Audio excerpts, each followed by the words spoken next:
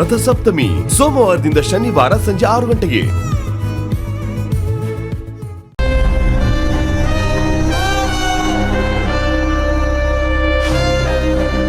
Sir, ಏನ್ ಹುಡುಕ್ತಾ ಇದ್ದೀರಾ? ಮೀರಾ ಅವಳ ಬಟ್ಟೆಗಳನ್ನ, ಅವ್ರ ಪರ್ಸನಲ್ ಥಿಂಗ್ಸ್ ಗಳನ್ನ ತಗೊಂಡು ಭಾವನ್ ರೂಮ್ಗೆ ಶಿಫ್ಟ್ ಆಗಾಯ್ತು. ಹೌದಾ? ಯಾವಾಗ? ಇವತ್ ಬೆಳಗ್ಗೆ.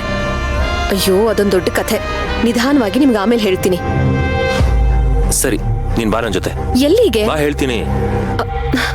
ಬಾ. ಅಯ್ಯೋ ಸರ್, ಇಲ್ಲಿಗೆ ಯಾಕೆ ಕರ್ಕೊಂಡ್ ಬಂದ್ರಿ? ಒಂದ್ ನಿಮಿಷ ಇರು. ಸರ್, ಏನ್ ಹುಡುಕ್ತಿದ್ದೀರಾ? ಅದು ಮೀರಾ ಅವಳು ಸೂಟ್ ಕೇಸ್ ಇಟ್ಟಿದ್ದಾಳೆ ಅಂತ. ಅಯ್ಯೋ ದೇವ್ರೆ, ಫಸ್ಟ್ ಆಫ್ ಆಲ್ ಅವಳ ಪರ್ಮಿಷನ್ ಇಲ್ದೆ ಅವಳ ರೂಮಿಗೆ ಬರೋದೇ ತಪ್ಪು.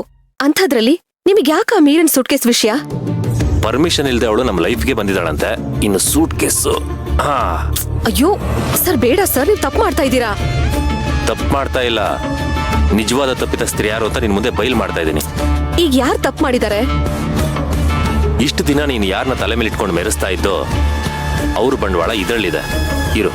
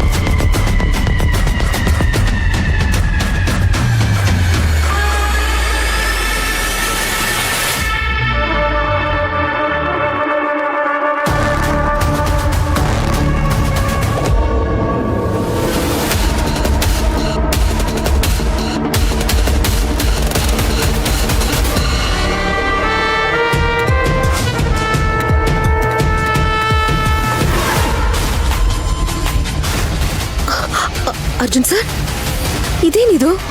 ಸಾಕ್ಷಿ ಫೋಟೋ ನಮ್ಮ ಮೀರಾ ಸೂಟ್ ಕೇಸಲ್ಲಿ ಹೇಗೆ? ಏನಂದೆ? ನಮ್ ಮೀರಾನ? ನೀನ್ ಅನ್ಕೊಂಡ ಹಾಗೆ ಅವಳು ನಮ್ ಮೀರಾ ಅಲ್ಲ. ಅವಳು ಸಾಕ್ಷಿ ತಂಗಿ.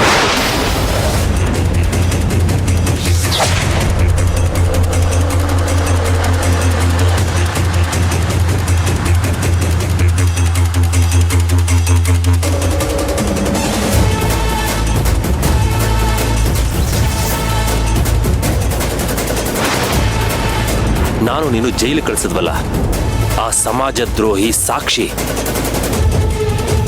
ಅವಳ ಒಡ ಹುಟ್ಟಿದ ತಂಗಿ ಈ ಮೀರಾ.